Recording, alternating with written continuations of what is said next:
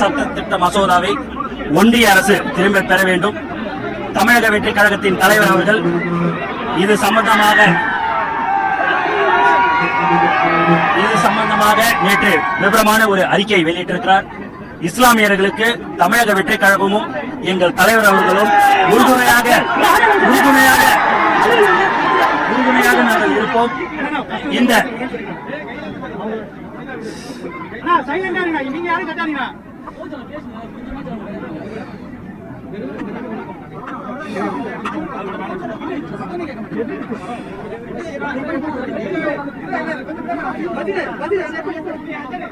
இஸ்லாமியர்களுக்கு எதிராக நிறைவேற்றப்பட்டிருக்கும் வக்ஃபு சட்ட திருத்த மசோதாவை ஒன்றிய அரசு உடனடியாக திரும்ப பெற வேண்டும்.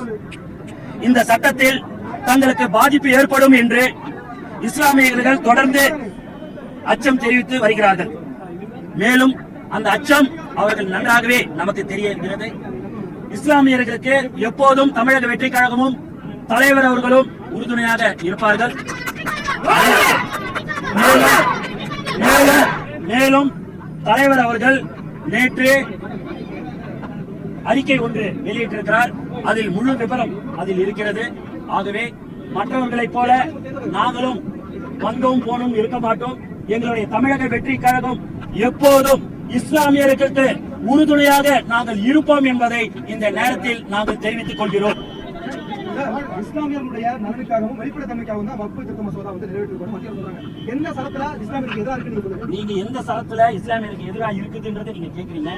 இஸ்லாமியர்கள் அதுல பாதிக்கப்படுகிறார்கள். அவர்களுக்கு அந்த சட்ட திட்டங்கள்லாம் என்ன என்பது தெரியும்.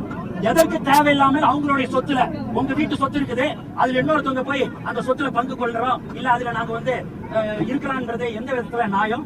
அந்த மாதிரிதான் இந்த சட்ட மசோதாவை அவர்கள் திரும்ப பெற வேண்டும் என்று தமிழக வெற்றி கழகம் சார்பாக கேட்டுக்கொள்கிறோம். அவங்க எல்லாமே செய்யறது எல்லாமே வேலிட் ரீசனோட செய்யறாங்க.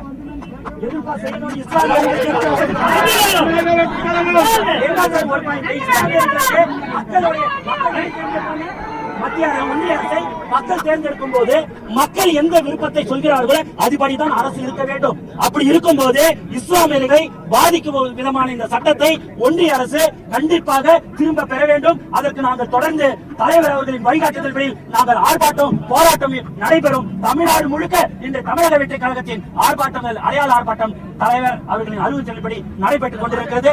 இஸ்லாமியர்களுக்கு நாங்கள் எப்போதும் உறுதுணையாக இருப்போம்.